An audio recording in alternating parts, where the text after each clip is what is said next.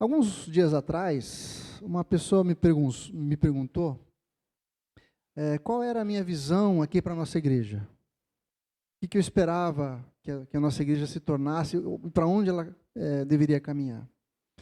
E a minha resposta foi que eu vejo e desejo que essa igreja seja um lugar onde pessoas sejam estimuladas, ensinadas, formadas, ensinadas a amarem a Deus, amarem a Jesus, amarem as pessoas e a se tornarem cada dia mais parecidas com Jesus. A se tornarem crentes maduros, que conhecem a palavra, que vivem de acordo com os princípios da palavra. Pessoas que baseiam a sua vida, a sua vontade, os seus projetos de vida naquilo que a palavra de Deus diz.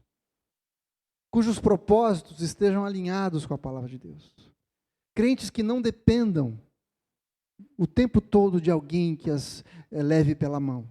Esse é o trabalho do pastor. E eu fico muito feliz de ter o privilégio de fazer isso com vocês. Mas o meu desejo é que vocês cresçam, que a nossa igreja cresça em maturidade, em conhecimento do Senhor. E que a gente possa lidar com as dificuldades da vida baseados naquilo que a palavra de Deus nos ensina. Que a gente possa lidar com as dificuldades crendo que Deus pode transformar a nossa vida. Crendo que a nossa vida não se limita aos 70, 80, 90 anos que a gente vive aqui.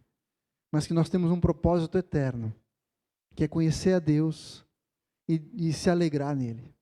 Essa é a minha visão para essa igreja. Por causa disso, eu acho que é muito importante, é muito necessário que a gente entenda o que de fato é o Evangelho. Qual foi o Evangelho que Jesus pregou? O que Jesus, quando pregava para as multidões, estava comunicando para aquele povo? Porque se a gente não entender essa verdade, a gente vai viver uma vida com um Evangelho distorcido. A gente vai começar a buscar coisas que não estão no Evangelho de Jesus.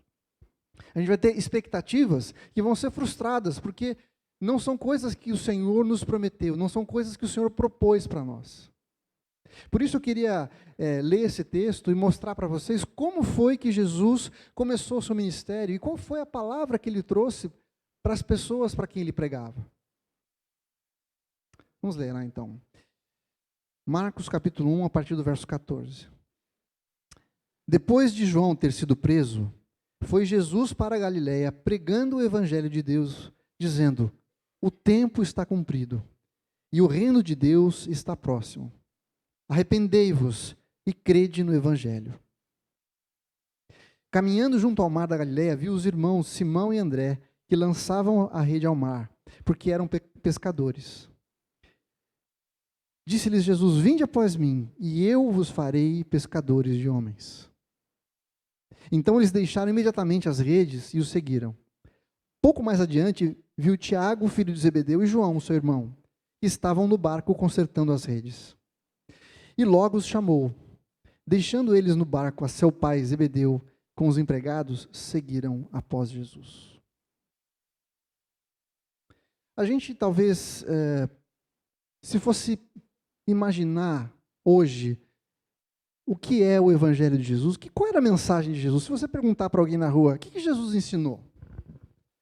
Muito provavelmente a resposta que você vai receber é assim: não, Jesus ensinou que a gente deve amar as pessoas. Não é isso? Jesus veio pregar o amor, veio pregar a bondade, veio pregar que a gente deve repartir com as pessoas o que a gente tem, que a gente deve perdoar. Jesus veio trazer um ensinamento de amor, de paz. Essas palavras são palavras chavão que as pessoas falam. Paz, amor, tranquilidade, comunidade, prosperidade. Mas se a gente se atentar ao que Jesus começou pregando, não é bem isso. Não que essas outras coisas não sejam verdade. Não que a palavra de Jesus não nos traga amor, paz, alegria. Claro que sim. Mas Jesus foi ao cerne do problema do ser humano. Jesus não foi uma pessoa que agradou todo mundo, gente. Jesus fez muitos inimigos com o tipo de palavra que ele trouxe. E ele começa dizendo uma coisa dura. Ele diz: arrependei-vos. arrependei-vos e crede no Evangelho. Não é engraçado? Que Jesus chega para a multidão e fala assim, arrependam-se. A minha palavra para vocês é, arrependam-se. E se a gente parar para pensar um pouquinho, você só pode se arrepender de algo que você fez errado. Então Jesus está falando para aquelas pessoas, vocês são pecadores. E ninguém gosta de ouvir que é pecador. Não é verdade? Se você perguntar para alguém, você é uma boa pessoa? Muito provavelmente essa pessoa vai falar assim, eu sou. Eu não mato, não roubo, eu não faço mal para ninguém, procuro fazer o que é bom para as pessoas. Então a pessoa fala assim, na média, eu sou uma pessoa boa. Eu acho que sim. Mas quando ela é confrontada com a palavra de Deus, quando nós somos confrontados com a palavra de Deus, não tem outra resposta que a gente possa dar que não seja, de fato, eu sou pecador. Por isso Jesus chega para as pessoas e fala assim, arrependam-se. Mudem a mente de vocês. Vocês têm que mudar a maneira como vocês estão vivendo. Vocês têm que deixar as suas atitudes passadas, os seus pecados, e se voltar para uma nova direção que eu estou dando. E quando ele fala arrependam-se, ele dá também a resposta e o antídoto para o nosso pecado. A solução, o remédio para o nosso pecado. Ele diz, crede no Evangelho. A resposta para o arrependimento, para os nossos pecados, não é viver uma vida certinha, não é pelo meu esforço, não é pela minha força, não é por eu cumprir as regras, mas é pela fé que eu tenho no Evangelho de Deus. Talvez você ache que, como eu achava, que Evangelho é uma palavra que foi cunhada, que foi criada para explicar o que Jesus estava falando. Que Evangelho é o que Jesus falou. Mas essa palavra já existia antes de Jesus. Evangelho era uma palavra que significava boas novas a respeito de um rei que começou a reinar. Boas novas, o Evangelho, a palavra Evangelho foi usada para falar sobre o nascimento de César Augusto, um imperador romano que viveu antes de Jesus. E essa ideia é de que as pessoas iam pelas cidades, naquela época, lógico, não tinha internet, não tinha jornal. Então, como é que as pessoas ficavam sabendo de uma boa nova, de uma notícia, de algo que havia acontecido? Eles enviavam pessoas, evangelistas, literalmente evangelistas, pessoas que iam falar para as outras pessoas a respeito dessa boa nova. E essa boa nova era o seguinte, nasceu um rei, e esse rei vai ser um rei poderoso, que vai libertar o povo, vai lutar por vocês. Se alguém vier levar vocês cativo, esse rei, com a sua força e com o seu poder, vai te tornar livre. Quando Jesus chega anunciando o Evangelho de Deus, as pessoas imediatamente que ouviram isso, entenderam o que Jesus estava falando. Que evangelho é esse, Jesus? Qual é essa boa notícia? Evangelho significa boa notícia. Qual é essa boa notícia? E Jesus fala, então, arrependei-vos e crede no Evangelho de Deus. Eu vou trazer a boa notícia para vocês.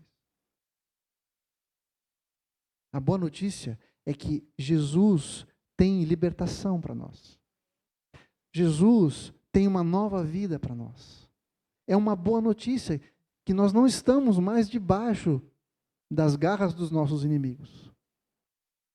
Alguém nasceu com o poder de me libertar daquilo que me prendia. Essa é a boa nova. Mas para isso, é preciso que a gente entenda que a nossa mente e o nosso coração, a nossa vida precisa ser transformada, precisa ser mudada. Arrependimento significa metanoia, mudança de mente, mudança de direção. Eu ia para um lado, não vou mais. Eu fazia uma coisa de um jeito, não faço mais. E quando a gente, como igreja, se achega ao Evangelho, a gente não pode achar que simplesmente o Evangelho vai ser uma poção mágica que vai ser colocada na nossa vida, uma série de regras que eu vou adotar, que vão fazer com que a minha vida seja mais legal, mais tranquila, mais cheia de paz, que eu vou ter menos problemas, menos dificuldades. Não. O Evangelho significa englobar e receber um novo rei na minha vida. Alguém que vai determinar aquilo que vai acontecer comigo. Alguém a quem eu vou me submeter, que eu vou submeter os meus planos, os meus projetos, os meus desejos, a maneira como eu enxergo a vida. Eu não faço mais as regras. Eu submeto a minha vontade, o meu desejo a esse rei, porque ele é o Senhor de todas as coisas. Então, quando a gente se aproxima do Evangelho de Jesus, a gente precisa compreender que quando a gente se junta a Jesus, segue a Jesus, existem algumas coisas que ele espera de nós. E ele fala: arrependei-vos. E eu preciso olhar para a minha vida e falar: Senhor, o que eu preciso mudar na minha vida? O que na minha vida está bagunçado? O que na minha vida está desalinhado com a tua vontade? E Jesus deixa muito claro que se alguém deseja seguir a Jesus, a Ele, mas não abre mão da sua vontade, não abre mão das suas prioridades, não se nega a si mesmo, não é digno de Jesus. Jesus não é alguma coisa que a gente acrescenta na nossa vida. Do tipo, agora eu estou precisando de uma forcinha, está meio enrolada aqui a minha vida, perdi o emprego, estou doente, estou sem dinheiro, vou atrás de Jesus, preciso ir para a igreja. Gente, preciso ir na igreja porque a coisa está meio complicada. Não dá para a gente viver a nossa vida dessa maneira. Se eu quero conhecer a Jesus, se eu quero experimentar a vida com Jesus, eu preciso fazer dele o centro da minha vida. Ele tem que determinar para onde eu vou, como eu vou, com quem eu vou, quando eu vou. Percebe como muitas vezes o evangelho que é pregado não é parecido com o evangelho de Jesus? Porque muitas vezes você ouve pessoas falando assim: vem do jeito que você está, você precisa vir. Vem que você vai ser curado, vem que aí você vai ser próspero. Mas esquece de falar das linhas, das letras miúdas do contrato. Você vai ter sofrimento, você vai ter dor, você vai ter que abrir mão da sua vontade. Você vai ter que submeter. Mas Jesus nos chama, e ele diz o seguinte, quando ele chama os discípulos, ele fala assim: eu vos farei pescadores de homens. Eu vou fazer isso de vocês.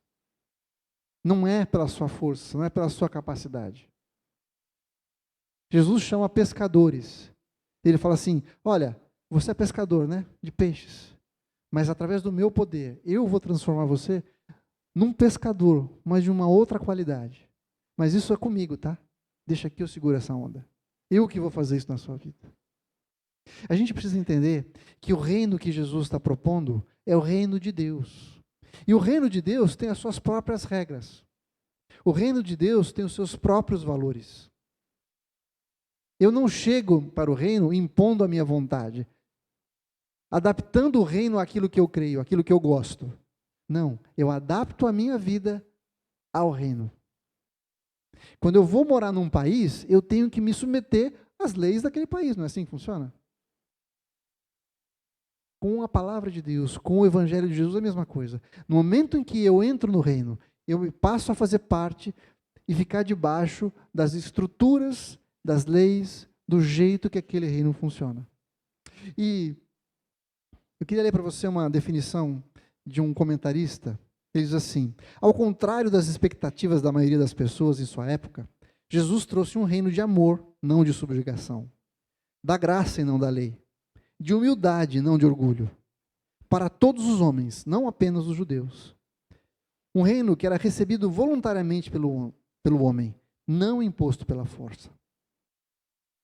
Nesse reino, as coisas são diferentes.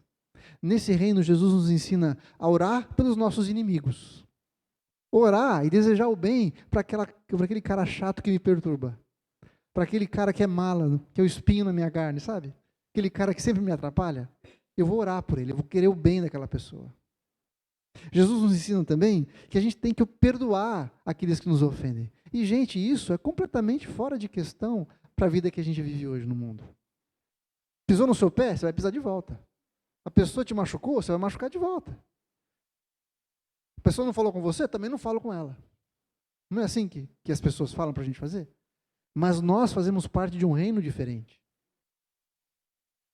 Nesse reino, maior é o que serve. Já viu isso? Aquele que serve é considerado o maior dentro desse reino. Nesse reino, os últimos são os primeiros. Quando a gente entra nesse reino, a gente tem que entender que a lógica é diferente. Tem mais aquele que dá. É mais feliz aquele que dá do que aquele que recebe. E a gente tem que estar preparado para entender a lógica desse reino, para a gente entender e fazer parte dele de uma maneira feliz e plena, para que a gente não seja frustrado. Porque se a gente ficar esperando essas coisas para a gente vai ficar frustrado. Porque não é assim que o reino funciona. O reino de Deus funciona pela sua própria lógica. Nesse reino, o que manda é o amor, é a graça, é a misericórdia. Nesse reino, não é o que eu faço que faz a diferença, mas o que Jesus fez e o quanto eu ando debaixo dessa verdade é que faz a diferença. Muitas pessoas têm a perspectiva errada do reino. E por causa disso, sofrem. Por causa disso, não vivem a plenitude do Evangelho. Eu queria mostrar para vocês alguns exemplos. A primeira, eu queria mostrar para vocês, é quando Jesus cura aquele paralítico que desceu pelo telhado. Você lembra disso? Já viu essa história? Jesus está pregando e tem muita gente naquela casa onde Jesus está. E tem um homem que é paralítico, e os seus amigos levam ele até lá para ser tocado por Jesus, para ser curado por Jesus. Mas a casa está tão cheia que eles não conseguem chegar até Jesus. E os caras são espertos, o que eles fazem? Eles descem o paralítico pelo telhado. E o texto diz que Jesus, vendo a fé deles, foi lá e curou. Não. Antes de Jesus curar, ele falou assim: perdoados estão os seus pecados. Jesus curou, perdoou antes de curar. E aí os amigos falaram assim: Jesus, o cara está paralítico. Tudo bem, pode até perdoar, mas a gente está querendo que o senhor curasse ele. Afinal de contas, a gente carregou ele até aqui. Seria bom que ele voltasse andando, né? Mas Jesus, antes de curar o homem, perdoou os seus pecados. Por quê? Porque o maior problema do homem não é a sua enfermidade, o maior problema do homem não são as suas tristezas, não é o dinheiro que acabou, não é porque alguém está doente. O maior problema do homem é ele estar separado de Deus. E o que nos separa de Deus é o pecado da humanidade. Por isso que Jesus falou assim: os teus pecados estão perdoados. O seu maior problema foi resolvido. Você tem acesso a Deus agora.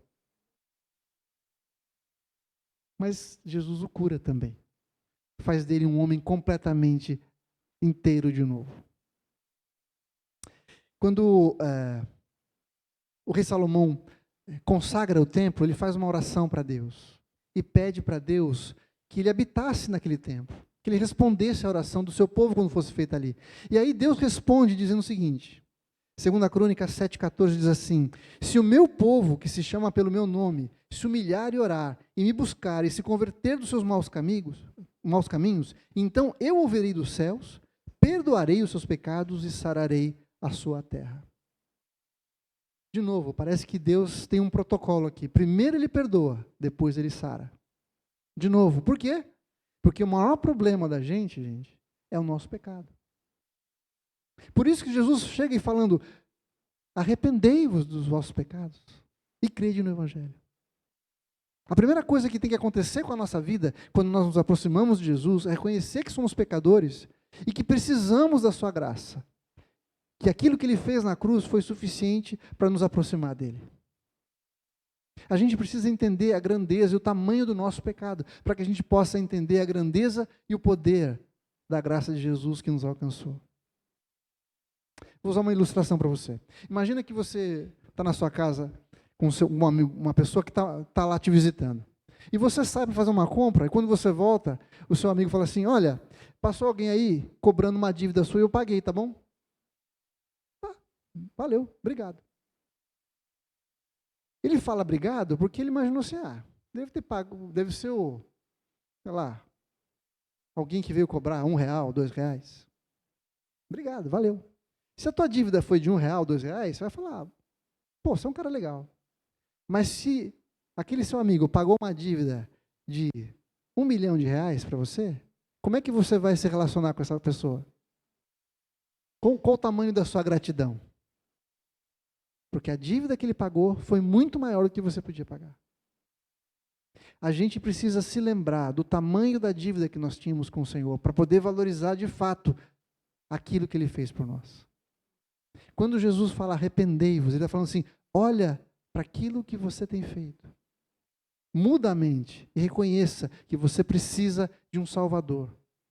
Alguém que vá além daquilo que você imagina que é possível fazer.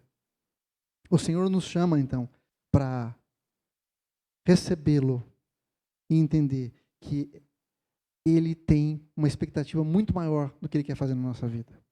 Um outro exemplo da expectativa errada é quando Jesus ressuscita. O texto diz lá em Lucas 24, que os seus discípulos estavam reunidos, mas 2 deles estão indo para Emaús, chateados, tristes, conversando sobre o que está acontecendo, e Jesus aparece no meio deles e pergunta o que está acontecendo, e os discípulos falam assim, Jesus não, eles não reconhecem que é Jesus, e falam assim, você não sabe o que aconteceu? Você não sabe o que aconteceu lá em Jerusalém? E aí eles falam o seguinte, a partir do verso 15, diz assim, Lucas 24, verso 15, diz assim, aconteceu que enquanto conversavam e discutiam esses 2 discípulos de Jesus, o próprio Jesus se aproximou e ia com eles. Os seus olhos, porém, estavam como que impedidos de o reconhecer. Então lhes perguntou Jesus, que é isso que vos preocupa, de que ides tratando à medida que caminhais? Eles pararam entristecidos. Um, porém, chamado Cleopas, respondeu dizendo, és o único, porventura, que, tendo estado em Jerusalém, ignoras as ocorrências desses últimos dias? Ele lhes perguntou quais? E eles lhe explicaram o que aconteceu a Jesus, o Nazareno, que era varão profeta, poderoso em obras e palavras, diante de Deus e de todo o povo. E como os principais sacerdotes e as nossas autoridades o entregaram para ser condenado à morte e o crucificaram. Ora, nós esperávamos que fosse ele quem havia de redimir a Israel. Mas, depois de tudo isso, já é este o 3º dia desde que tais coisas aconteceram. Esses discípulos não tinham entendido que Jesus havia vindo para morrer. Esse era o propósito de Jesus. Eles falaram assim, a gente esperava que ele fosse fazer, que ia salvar Israel, mas até agora não aconteceu nada. Justamente a coisa mais importante que Jesus tinha para fazer, eles não tinham reconhecido. Que era Jesus morrer para redimir Israel. E muitas vezes a gente fica esperando que o Evangelho solucione os nossos problemas de cotidiano, sabe, gente? As coisas bobas da nossa vida. Eu achei que quando eu fosse para a igreja, Deus ia me abençoar, que eu fosse ser curado, que eu ia encontrar um marido, que eu ia encontrar uma esposa, que meu trabalho ia ser melhor, que eu ia arrumar um emprego bacana. Não aconteceu nada disso, não sei se eu vou ficar na igreja não, eu vou procurar outra coisa. O Evangelho não é para isso. O Evangelho engloba todas as áreas da nossa vida, sim. O Senhor nos transforma, Ele muda, mais do que qualquer outra coisa, Ele muda a nossa perspectiva daquilo que é importante de verdade. Ele nos dá a capacidade de passar por qualquer dificuldade e viver feliz e pleno, mesmo que as coisas não aconteçam do jeito que eu queria. Mas se eu não entender que o Senhor Jesus morreu pelos meus pecados, e que isso é a coisa mais importante da minha vida, eu não vou poder viver a plenitude do Evangelho. E é por isso que Jesus chama essas pessoas para se arrependerem e crerem no Evangelho. Quando ele fala de um novo reino, ele está falando a respeito de um novo rei. E ele é o Messias, o Cristo, o próprio rei. E quando a gente fala de arrependimento, muitas pessoas confundem arrependimento com remorso, né? E remorso é aquele sentimento, puxa, não devia ter feito isso. Puxa vida, eu errei. Como eu sou uma pessoa, que pisada de bola. Como eu fui burro de fazer aquilo. Como eu fui insensível de falar daquele jeito com aquela pessoa. É alguma coisa que fica remoendo a gente, mas não produz transformação. O que o Senhor espera da gente é transformação de mente, é mudança de atitude. E se você entender que arrependimento é uma mudança de atitude, Isso vai provocar mudança de verdade na sua vida. Eu não tenho que sentir remorso, sentir triste. Eu tenho que mudar de vida. Eu tenho que mudar de atitude. Se eu fui confrontado com a palavra de Deus em alguma área da minha vida, e falar assim, não, a palavra de Deus diz assim, e eu estou fazendo assado, eu vou fazer assim. Não importa o que eu sinto. Muitas vezes você não vai sentir, opa, agora sim, vou fazer isso. Não, eu simplesmente vou obedecer. E o que o Senhor espera da gente é essa atitude, de mudança de mente, de mudança de atitude. Reconhecer que pecou e que, portanto, precisa de salvação. Ezequiel, capítulo 18, verso 20, diz assim, a alma que pecar, essa morrerá. O filho não levará a iniquidade, nem o pai a iniquidade do filho. A justiça do justo ficará sobre ele, e a perversidade do perverso cairá sobre ele.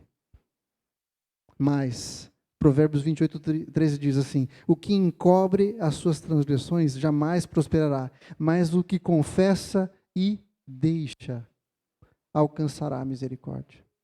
Mudança de mente, mudança de direção. O Senhor Jesus também fala, crede no Evangelho. E aqui é importante a gente fazer uma distinção. A palavra crer não é só acreditar que alguma coisa vai acontecer. Crer também significa confiar. Se colocar, viver como se aquela coisa fosse verdade mesmo. A partir daquela verdade. E eu vou usar um exemplo aqui para você. Imagina que você vê uma pessoa atravessando uma corda bamba, como chama? Como é que chama essa pessoa que faz isso? Um equilibrista. Um equilibrista está atravessando entre dois prédios numa corda, tá bom? E ele pergunta assim, vocês acreditam que eu sou capaz de atravessar essa corda? E as pessoas falam, vai fundo, boa sorte. Eu acredito, pode ir. Isso é crer que a pessoa vai conseguir. Agora, confiar é subir nas costas dessa pessoa e ir com ele. É eu colocar a minha vida debaixo dessa verdade. Eu arriscar a minha vida por causa disso. Crer no Evangelho significa viver como se esse Evangelho fosse tudo para mim. É ele que vai determinar as prioridades da minha vida. Crer no Evangelho significa fazer a vontade do Senhor, mesmo que eu não sinta, mesmo que eu esteja com medo, mesmo que eu não tenha vontade, mesmo que eu fale assim, não sei se é isso não. Será que é mesmo? É arriscar, é ir com ele, é subir nas costas do equilibrista e ir com ele.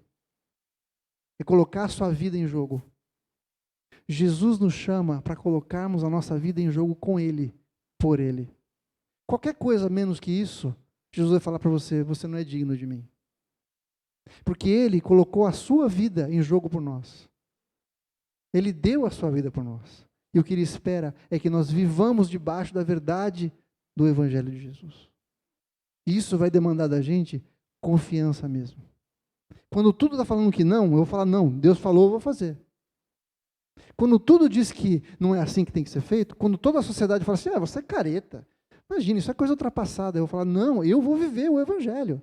Eu vou obedecer à vontade do Senhor. Eu vou andar segundo os preceitos da palavra. Você dá o dízimo? Você é louco? Imagina. Isso é coisa de gente antiquada. Gente que é manipulada por pastor. Você dá dinheiro para a igreja? Você é louco. Não. E qual é a sua resposta? Eu vou viver debaixo da palavra do Senhor.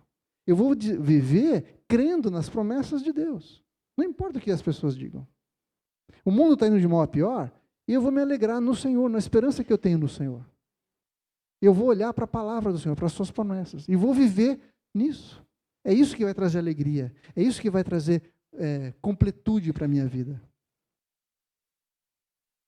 Quando Jesus fala, crede no Evangelho, Evangelho, como eu falei, é uma boa notícia, não é um conselho, não é uma série de regras que a gente obedece, e se eu obedecer, aí sim eu vou ser aceito por Deus. Evangelho é alguma coisa que já aconteceu, já foi transformado. O meu status, por causa do Evangelho, mudou. A boa notícia é que o meu status mudou. Eu fui feito filho de Deus. Nada pode me separar do amor de Deus. Então, eu não vivo a minha vida tentando agradar a Deus para ser aceito. eu, eu sou aceito, e porque eu sou aceito, eu vivo a minha vida tentando agradar a Deus. É diferente, entendeu? Por isso que a Bíblia fala em Romanos 8, que nada pode nos separar do amor de Deus, nem os seus pecados, porque eles já foram levados na cruz do Calvário. Se você pisar na bola, o Senhor vai trazer o seu Espírito Santo para te convencer do pecado, para que você se arrependa e volte para Ele. Deus não fica com um caderninho de anotação, vendo assim, não, isso aqui ele fez direito, beleza, ponto positivo, ponto negativo, ponto positivo, e no final do mês ele vai dar a nota para você. Não, não é assim que acontece. Quando ele olha para você, ele vê o sangue de Jesus, ele vê você revestido de Jesus. E por causa daquilo que Jesus fez, você e eu somos aceitos e fomos trazidos para a presença dele. Jesus chama os seus discípulos para se tornarem colaboradores dele. Ele chama o Tiago e João para serem pescadores de homens. E veja aqui, ele fala assim, versículo 17 diz, disse-lhes Jesus, vinde após mim, sigam-me, façam como estou fazendo. Deixem as coisas que vocês estão fazendo de lado e venham me seguir. O texto diz que eles deixaram as suas redes e seguiram a Jesus. Eles deixaram a sua profissão. Eles deixaram a segurança da sua vida. E não só isso. O texto diz também que deixaram o seu pai Zebedeu e os empregados e seguiram a Jesus. Os discípulos, então, deixaram a sua carreira, deixaram a sua família e foram seguir a Jesus. Sabe, naquela época, não existia coisa mais importante do que a família. A família era o centro de toda a comunidade. As pessoas viviam para cuidar da sua família, dos seus filhos, dos seus pais. Se você desonrasse o seu pai, você era a pessoa mais perdida do mundo. Mas se você honrasse o seu pai, você era uma pessoa que também era honrada. As pessoas viviam em função daquilo que podiam fazer para suas famílias. Mas Jesus fala assim, venham me seguir. Jesus está se colocando num patamar acima da família. Aqueles homens deixaram a sua carreira, o seu sustento, para seguir a Jesus. E o que Jesus nos chama hoje é para também deixarmos, abrirmos mão da segurança que nós temos nas coisas e nas pessoas, para colocar toda a nossa segurança na presença de Jesus, na pessoa de Jesus, no chamado de Jesus para nós. De forma que nós sejamos colaboradores com Ele, do Evangelho dele. De anunciar o reino de Deus que está às portas, como Jesus mesmo diz. E por último, eu quero dizer para você o seguinte, que todo esse processo só acontece porque Jesus quem vai nos tornar pescadores de homens. O chamado de Jesus para vivermos com Ele depende da sua graça e da capacitação que vem dEle para nos tornar pessoas capazes de segui-lo. Talvez você esteja pensando assim, Neto, essa palavra é muito difícil. Abrir mão da minha família, abrir mão do meu trabalho, abrir mão da minha vontade. Mas a única maneira da gente viver a plenitude do Evangelho é abrir mão daquilo que nos segura e vivermos para Jesus e por Jesus e com Ele. Tem uma frase que diz assim, não dá para você ter tudo de Deus se Deus não tiver tudo de você. Se eu quero viver uma vida em que eu sou completamente cuidado, abençoado pelo Senhor, o Senhor tem que ter tudo de mim. Nada pode me segurar, nada pode me prender. Não pode ter nada mais importante na minha vida do que a presença de Jesus, do que a vontade do Senhor para a nossa vida.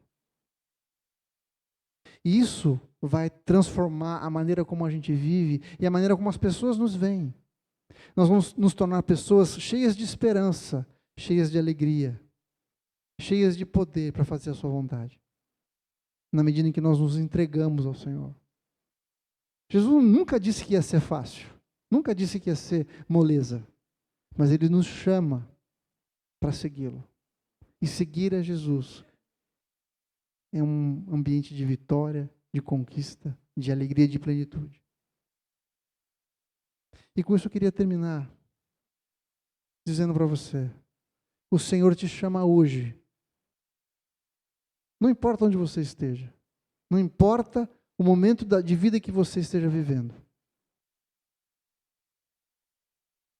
A única coisa que Ele espera da gente é que a gente se arrependa, mude a nossa mente, mude as nossas prioridades. E creia no seu poder de nos transformar. Creia no seu poder de fazer de nós pessoas que são capazes de colaborar com Ele no seu chamado. Viver para Jesus, viver para Deus, é experimentar a plenitude do que Deus tem para nós. Nós nascemos e fomos criados, fomos conquistados para estarmos na presença do Senhor e viver a nossa vida diante dEle, com as suas prioridades, com a sua vontade sendo feita na nossa vida.